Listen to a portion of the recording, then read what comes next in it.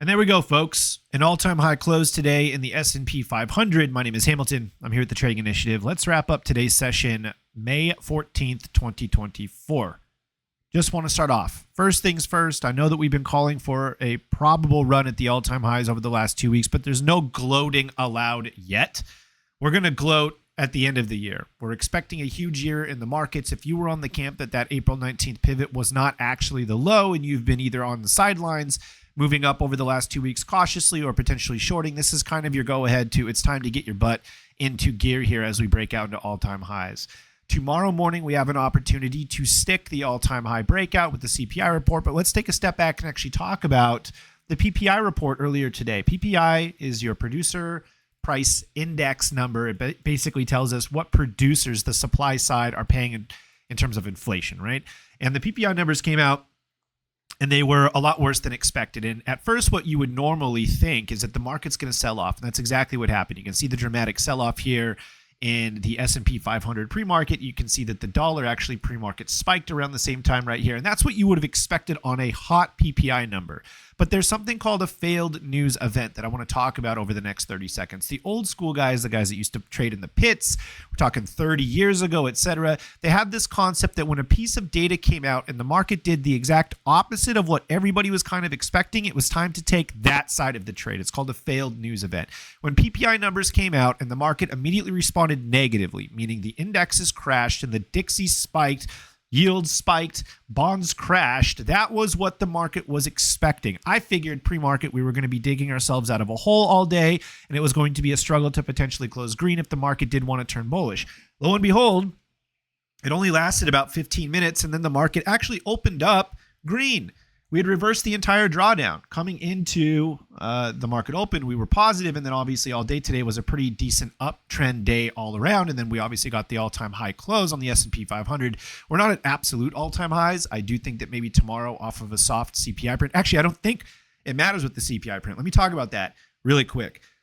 The expectation of the PPI print being hot causing the market to sell off. That's what people expected, but then it regained, and by market open, it was time to flip long. That was called that failed news event. So now what I think is going to happen, and my money has been long regardless of what the PPI and CPI data says, but I'm expecting now that regardless of a soft or a hot CPI print, the market's going to ramp through it, right? This was really the opportunity for the market to start pricing in a hot CPI print because the PPI print is super hot.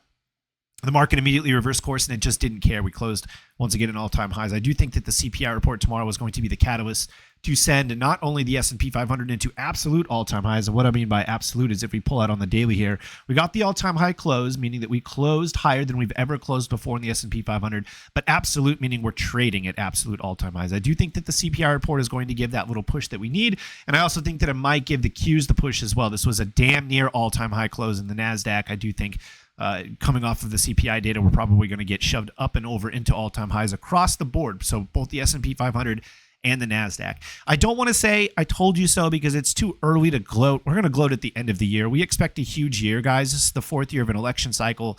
There's a lot of stats behind the fourth year of an election cycle saying that this year is supposed to be incredibly bullish. We're just going off of the data. We're not going to run victory laps. But what I will say is buying over the last 2 weeks has been the absolute right call. So what I'm going to say is if you've missed over the last 2 weeks of buying, or if you've been shorting, this is kind of your signal that you're wrong. And it's okay to be wrong in the market. I'm wrong all the time, but you can't be wrong for long. You can't afford it. You have to be able to flip your bias. When you realize that you're wrong, your thesis isn't validated. And as of right now, if we get the all-time high breakout on an absolute standpoint, the odds of this being a short-term double top and we're about to break back down are exponentially low, guys. Target here remains near $500 on the NASDAQ, and the target for SPY remains $550. We do think that it's going to get hit probably before the end of the year here, and this is going to be kind of the launch pad for the next leg up. So I'm sitting here talking about, it's PPI report, CPI data, failed news events, why that's bullish in this case, because the market should have died down, but it didn't. Let's look at the dollar and TLT really quick. The dollar down below 105 earlier today. It's really struggling to catch a bid, which is great. We don't want the dollar to catch a bid if we think the market's going to continue to zoom up towards all-time highs. I do think the dollar is probably going to break down. off of the CPI print, and I do think we're going to head back down towards this 200-day moving average, and at that point, I think both the S&P 500 and the Qs are going to be at all-time highs. I know we've been saying the same thing for 2 weeks, but it's happening, so I'm hopefully drilling this into your guys' brains that maybe you should look at this stuff and take it into account when you're trying to become bearish or bullish over the intermediate to long term, not necessarily short term. TLT caught a bid today. Nice little reversal, really strong day. This is going to be a monthly high close. We're not out of the woodwork yet. Obviously, we've talked about that 200-day moving average and that 92 area. Confluence, we need to get up and over that to really, for me to really feel comfortable that the bonds might have actually bottomed and we're going to start ripping. As of right now, though, we're still in downtrends. This has been a nice relief rally, but this is still a counter rally and a broader downtrend in bonds. So yes, the market is using it as an opportunity to ramp, but bonds are not out of the woodwork yet. Speaking of not out of the woodwork yet, let's talk about some of the positions that we have put on. Some of these are working really well. Some of these are not working so great, but over the last 2 weeks, we've been able to establish positions and names that we think are going to continue to run over the next 2 quarters, and a lot of them are actually free now. So we've been opening positions since May 1st. That was really, if you go back on YouTube and you hear kind of the thought process there, we started opening positions around May 1st with anticipation of this all-time high breakout and that April 19th date as the bottom. We are now starting to turn them free. So now the idea here is that we're going to have at least 2 quarters worth of free positions on our books, meaning we don't have to worry about any account capital in at risk whatsoever, just unrealized profits. We've been able to flip a bunch of these free over the last few sessions. Most notably, what did we flip today? Hood. The most recent hood trade that we took an original hood trade down here at the 13.5 pivot, and we actually added here again at the 17 area.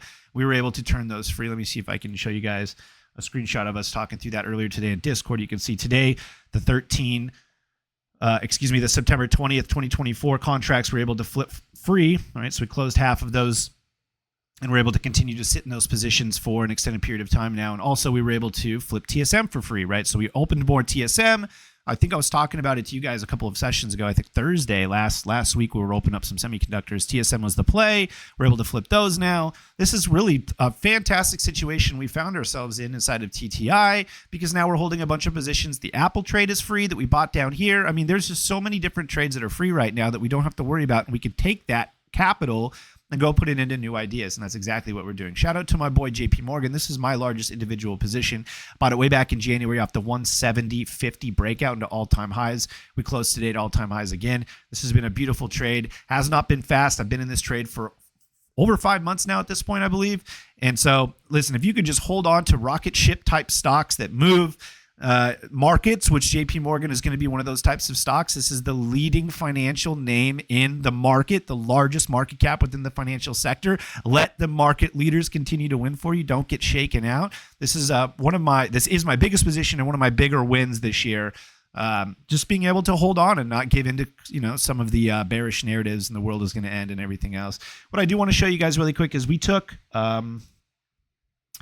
we're not known for taking like AMC and GameStop and short. I shouldn't say meme stocks. If you're going to take meme stocks, that's totally fine. But we're not known for opening up short-term plays. But we came up with an idea yesterday at lunchtime to open up some AMC exposure.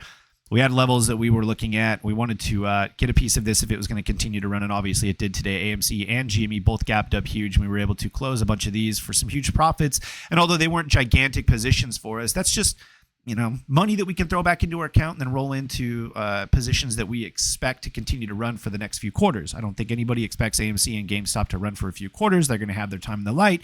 People are going to make a bunch of money. People are going to lose a bunch of money. If we made a bunch of money, that's great. We can now put that back into our account and we can use that efficiently towards other positions that are going to have probably a higher probability of a sustained run. But you can see the AMC trades up and over 1,000%.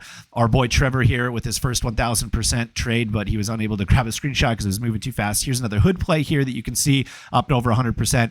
But what I really want to point out is this Reddit play. And I really like this Reddit play. We grabbed Reddit last week. This was not necessarily an AMC GME style play, but this is the exact same setup that we used to grab ARM that ended up being a 2,000% play as well. This is our IPO range breakout high setup, and it's very easy to understand. I actually have a webinar on this, which I will link below in the description. If you want to learn exactly how we were able to grab ARM and then Reddit, it's the exact same setup. These types of setups tend to work for an extended period of time, being able to risk that IPO range high when you get in, and these things tend to break out and run for an extended period of time. You can see ARM as well. This is my biggest win on the year. We were able to buy down here at 56.5. I'm still in a position. I still have a contract, 2 contracts actually from way back here, and they're both up well over 1,000%, closer to 2,000% right now. Even with the drawdown, we're deep in the money. I think we have $100 calls and $90 calls as well. So guys, I'm telling you right now, if this is the beginning, if this is the next move, if this is the next all-time high push off, find where you want to be long, find your risk levels, meaning your entry stops and take profits, and then hold on. This is the 4th year of a presidential election cycle, guys. I know there's a million things that you can always be worried about in the market, but the best thing about technical analysis is there's only one thing we worry about, and that's price. In uptrends, we go long. In downtrends, we go short or sit on the sidelines. It's as easy as that. Guys, my name is Hamilton. I'm here with the Trading Initiative. What do you think? Are we at absolute all-time highs, S&P 500 and NASDAQ tomorrow, or is the CPI data going to come out and dump us back to new lows? Also, if you're bullish, let me know what you're buying. Maybe it's something I want to buy. Catch you tomorrow.